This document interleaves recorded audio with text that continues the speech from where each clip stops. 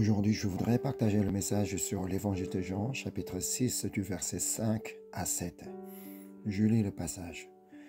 Ayant levé les yeux et voyant qu'une grande foule venait à lui, Jésus dit à Philippe, « Où achèterons-nous des pains pour ces gens qui aiment à manger ?» Il disait cela pour l'éprouver, car il savait ce qu'il allait faire.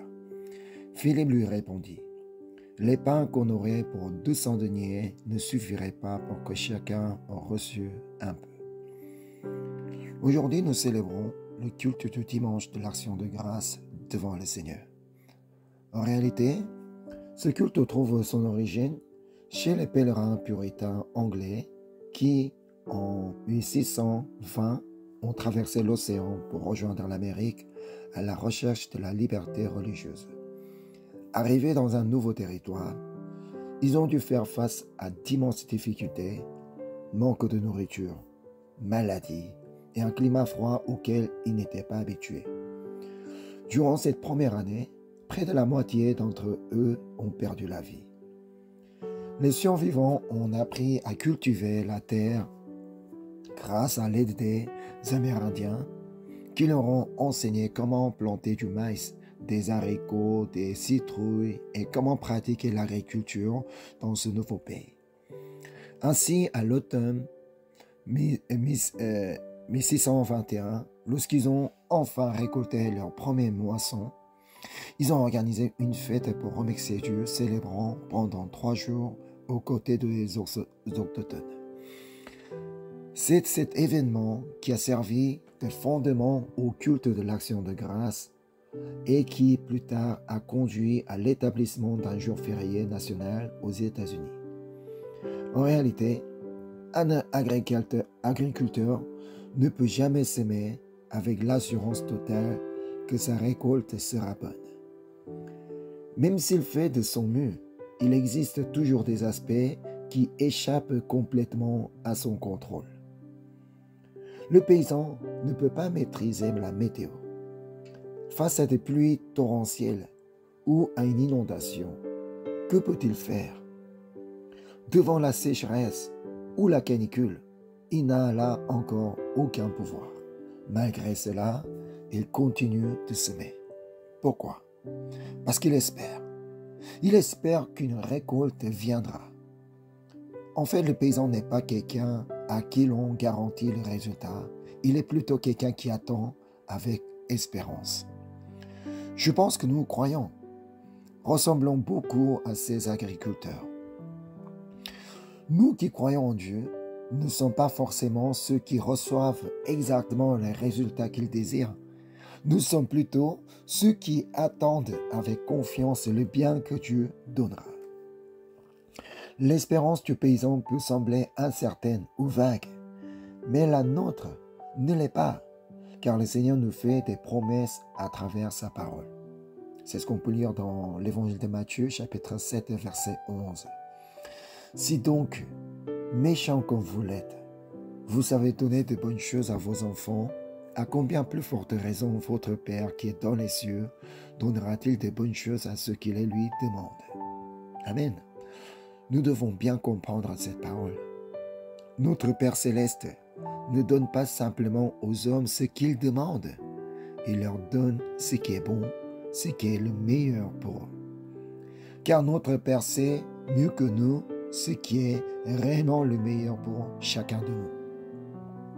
Le miracle des 5 pains et 2 poissons, qui sert de contexte au texte d'aujourd'hui, est un événement que la plupart d'entre vous connaissent bien. Ce miracle est rapporté dans les 4 évangiles, mais un détail particulier n'apparaît que dans l'évangile de Jean. Et c'est précisément ce verset unique qui contribue le titre de la prédication d'aujourd'hui, tiré du verset 6 de notre passage. Je lis. Il disait cela pour l'éprouver, car il savait ce qu'il allait faire. Il savait ce qu'il allait faire. Jésus savait lui-même ce qu'il allait faire, et cette affirmation peut être considérée comme le cœur même du miracle des 5 pains et des 2 poissons. Jésus avait déjà tout prévu. Il savait parfaitement comment donner ce qu'il y avait de meilleur à tous ceux qui se trouvaient là. Mais il a posé une question uniquement pour éprouver Philippe. Regardons maintenant cette question, le verset 5. Ayant levé les yeux, et voyant qu'une grande foule venait à lui, Jésus dit à Philippe, « Où achèterons-nous des pains pour que ces gens aient à manger ?» Dans les autres évangiles, nous voyons que les disciples suggèrent d'abord à Jésus d'envoyer la foule afin qu'ils puissent aller chercher de quoi manger et revenir ensuite. Mais en réalité, c'était une proposition totalement irréaliste. En fait, il est dit qu'environ 5000 hommes suivaient Jésus ce jour-là, ce qui, en comptant les femmes et les enfants, signifie qu'il y avait probablement près de 20 000 personnes.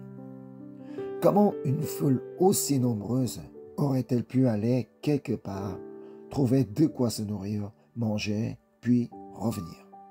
Personne ne pouvait trouver une solution à ces situations, nulle part. C'est alors que Jésus a parlé ainsi.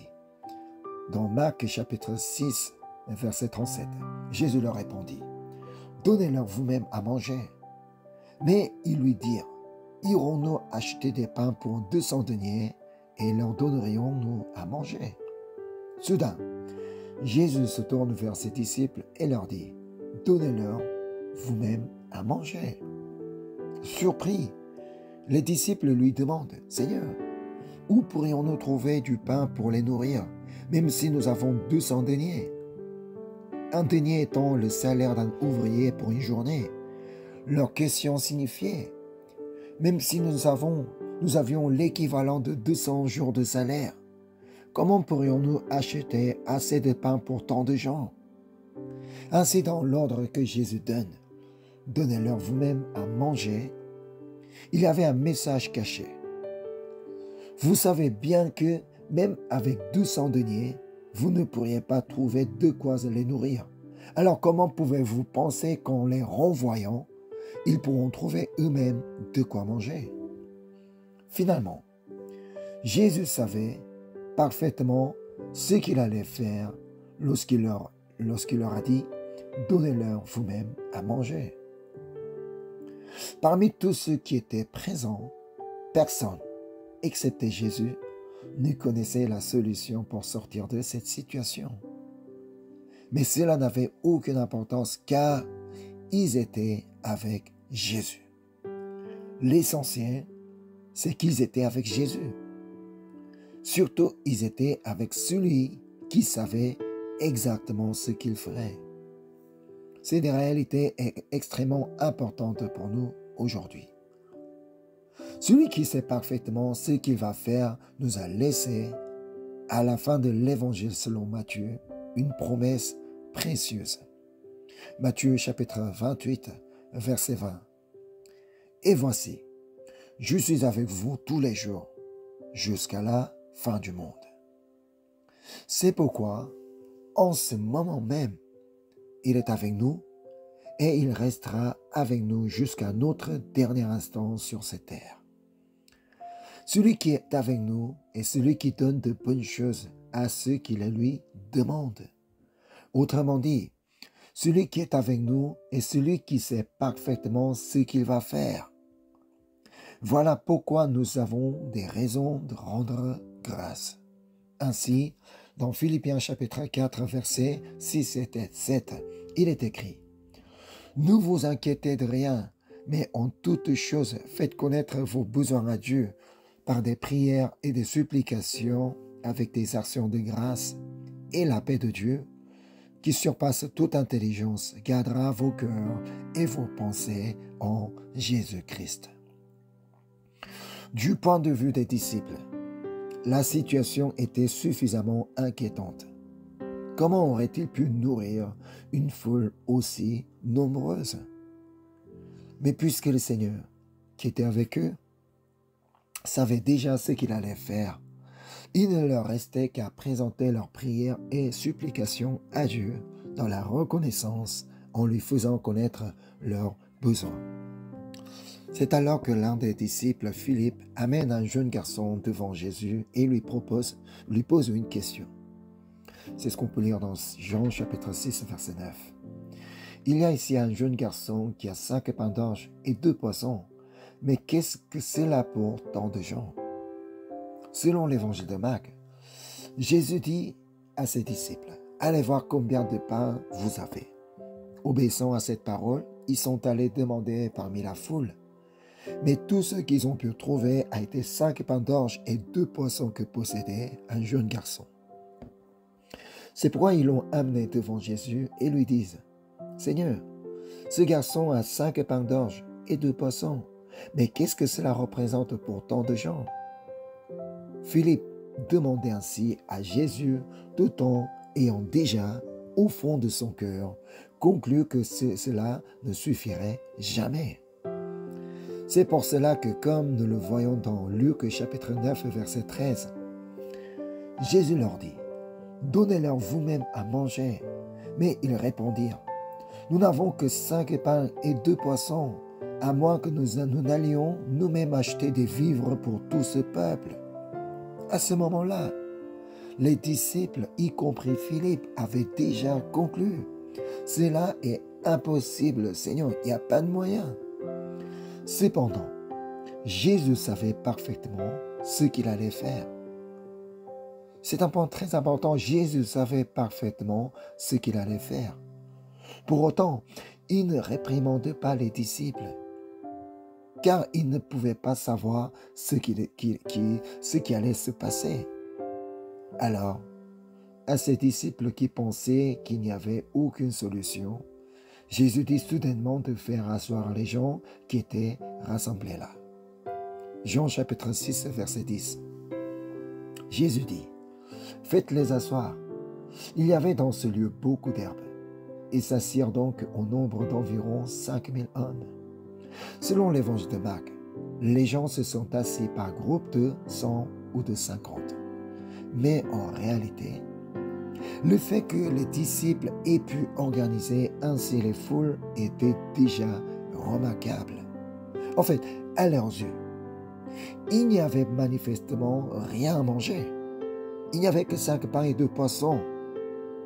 Et pourtant, Jésus leur avait dit de faire asseoir les gens sur l'herbe. Et ils l'ont fait conformément à sa parole. Autrement dit, cela était possible parce qu'ils pensaient. Il doit avoir une idée derrière la tête. Lorsqu'il faisait asseoir toutes ces personnes sur l'herbe, certains ont sans doute dû se demander « Pourquoi nous demande-t-on de nous rassembler ainsi? Et ce, pour nous donner à manger ou quoi ?» Pourtant, il aurait été difficile de répondre à cela, parce que les disciples ne savaient pas ce qui allait se passer. Malgré tout, ils ont fait asseoir les gens par groupe, exactement comme Jésus l'avait dit. Voyons maintenant ce que Jésus a fait ensuite. Luc chapitre 9, verset 16. Jésus prit les 5 pains et les 2 poissons, et levant les yeux vers le ciel, il les bénit. Puis il les rompit et les donna aux disciples, afin qu'ils les distribuassent à la foule. Lorsque Jésus a pris les 5 pains et les 2 poissons, il a levé les yeux vers le ciel pour les bénir. Cela signifie qu'il a rendu grâce. En grec, le verbe utilisé est eucharisteo, qui signifie rendre grâce. Ainsi Jésus a prié en rendant grâce pour les 5 pains et les 2 poissons. Mais à quoi Jésus rendait-il grâce exactement? En réalité, ce n'était pas tant pour remercier quelque chose que pour nous montrer le pouvoir de la gratitude. Jésus avait déjà prévu de nourrir tous ceux qui étaient rassemblés. Même si la quantité de pain et de poissons avait été encore plus petite que 5 pains et 2 poissons, il avait l'intention de les rassasier tous et de laisser 12 paniers de reste. Cependant, les disciples et les gens présents à ce moment-là ne pouvaient pas le savoir. Évidemment, ils ne pouvaient pas comprendre. Pour eux, Jésus a montré comment il rend grâce pour ces 5 pains et 2 poissons, et c'est à partir de cette gratitude que le miracle a commencé. Comment on peut le constater dans ce récit? Jésus n'a pas distribué directement les pains et les poissons. Il les a d'abord donnés aux disciples pour qu'ils les distribuent à leur tour aux gens assis. Ainsi, ce miracle des 5 pains et 2 poissons était le fruit de la gratitude et de l'obéissance. Pour les disciples, cela devait paraître incompréhensible. Ils ne possédaient rien. Et pourtant, Jésus leur demandait de faire asseoir les foules, puis de prendre ces 5 pains et 2 poissons, de les partager et de les distribuer aux gens. Ce n'était pas facile à comprendre. Mais ce qui est important, c'est qu'ils ont obéi à ce que Jésus leur avait demandé. Et c'est ainsi que tous ceux qui étaient présents ont été rassasiés. De plus, 12 paniers de restes ont été recueillis après que tout le monde ait mangé. Aujourd'hui encore, le Seigneur qui est avec nous sait parfaitement ce qu'il fera dans nos vies. Nous, en revanche, nous ne connaissons pas ses plans. Mais si nous croyons que notre Seigneur, qui est bon, désire nous donner ce qu'il y a de meilleur, alors ce que nous devons faire aujourd'hui, c'est rendre grâce et obéir. Autrement dit, obéir à la parole du Seigneur qui nous appelle à être reconnaissants en toutes choses. C'est ce que dit 1 Thessaloniciens chapitre 5, verset 18. Rendez grâce en toutes choses, car c'est à votre égard la volonté de Dieu en Jésus-Christ. Rendre grâce en toutes choses est la volonté de Dieu à notre égard en Christ Jésus. C'est pourquoi nous devons obéir à cette parole et être reconnaissants en toutes circonstances. Mais pourquoi pouvons-nous rendre grâce? Parce que le Seigneur qui est avec nous connaît parfaitement ce qu'il fait dans nos vies. Il sait déjà ce qu'il allait faire. Ainsi, nous devons obéir à la voix du Seigneur qui nous dit de lui confier notre chemin, lui remettre nos vies et le faire avec gratitude. C'est ce que dit Psaume 37, verset 5. Recommande ton sort à l'Éternel, mets en lui ta confiance et il agira. Nous ne savons pas exactement où nous devons aller, mais combien nous pouvons être reconnaissants qu'il est celui qui guide notre chemin. Personnellement, je pense qu'un mot ressort particulièrement dans le récit du miracle des 5 pains et 2 poissons, c'est l'herbe verte. Car Jésus a dit aux gens de s'asseoir sur l'herbe. Quand vous entendez ce mot, un verset de la Bible ne vous vient-il pas immédiatement à l'esprit? C'est ce qu'on peut trouver dans Psaume chapitre 23, versets 1 et 2. L'Éternel est mon berger, je ne manquerai de rien. Il me fait reposer dans de verts pâturages, il me dirige près des eaux paisibles. La raison pour laquelle nous pouvons confier notre chemin et faire confiance au Seigneur est que notre Seigneur, notre bon berger, nous fera reposer dans de verts pâturages et nous conduira près des eaux paisibles, afin que rien ne nous manque. Wow, merci. En réalité, cela est arrivé à ceux qui étaient avec Jésus. Ainsi, où que nous soyons aujourd'hui, nous pouvons rendre grâce au Seigneur qui nous conduira vers ces verts pâturages et ces eaux paisibles.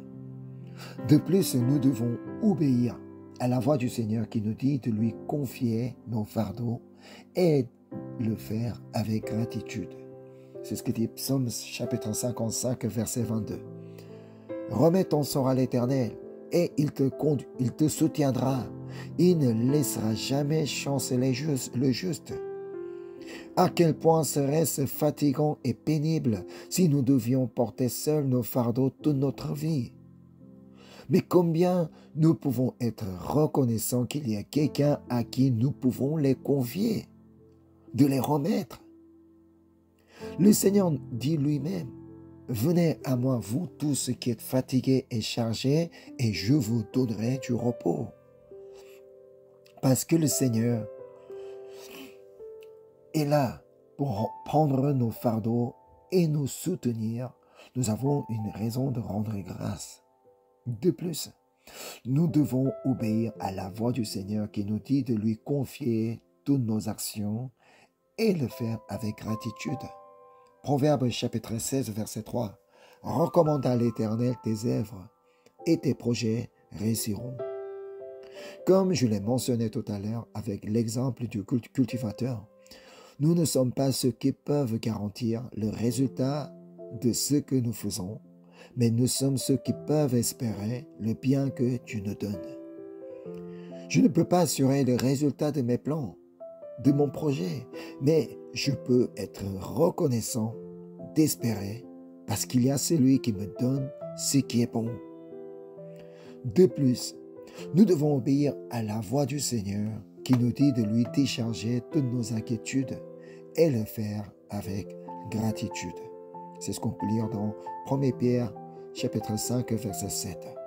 Déchargez-vous sur lui de tous vos soucis, car lui-même prend soin de vous. La raison pour laquelle nous pouvons confier toutes nos inquiétudes au Seigneur est que lui seul prend soin de nous. Ici, le mot « prendre soin » signifie comme une mère qui veille sur son enfant.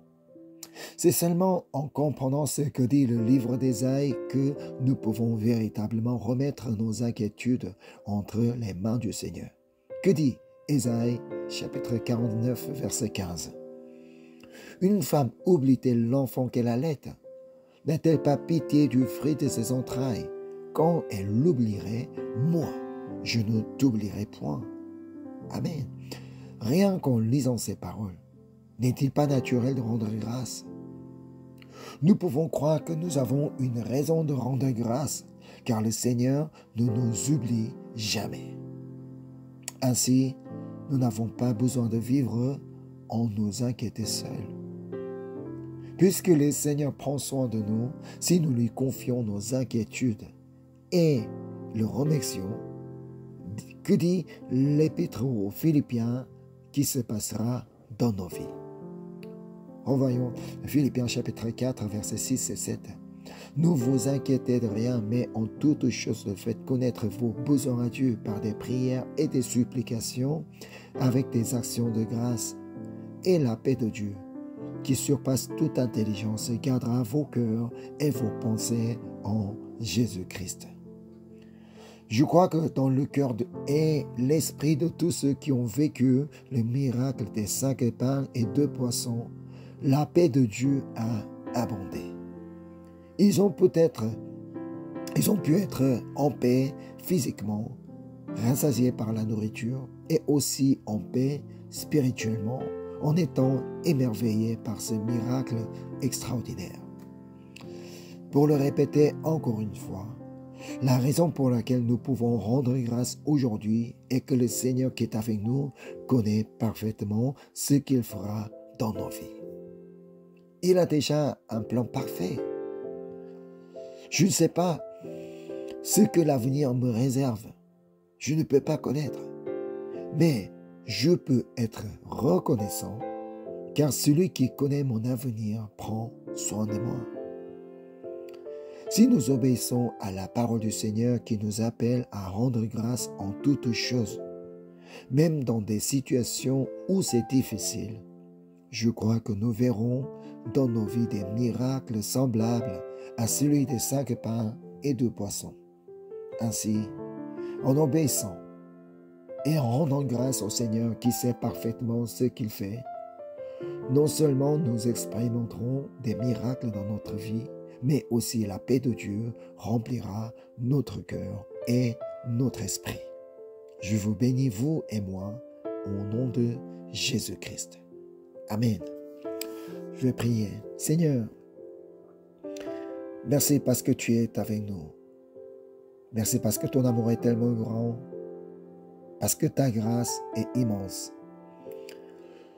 Nous sommes reconnaissants aujourd'hui parce que tu es avec nous. En plus, tu sais ce que tu comptes faire, ce que tu vas faire. Tu connais tout de nous. Parce que tu es celui qui donne ce qui est meilleur pour tous ceux qui te demandent, Seigneur. Nous savons que tu nous donneras ce qui est bon, ce qui est meilleur pour chacun de nous.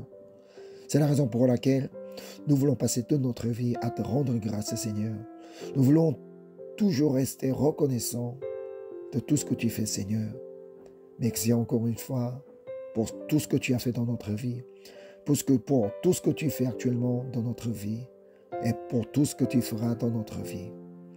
Nous croyons vraiment que ce miracle, un tel miracle ressemblable à cette multiplication du pain et du poisson sera produit aussi dans notre vie. Si nous continuons à être reconnaissants, si nous continuons à te rendre grâce malgré toute notre situation, parce que nous faisons confiance à toi. Merci encore une fois pour ta parole. Je te prie au nom du Seigneur Jésus-Christ. Amen.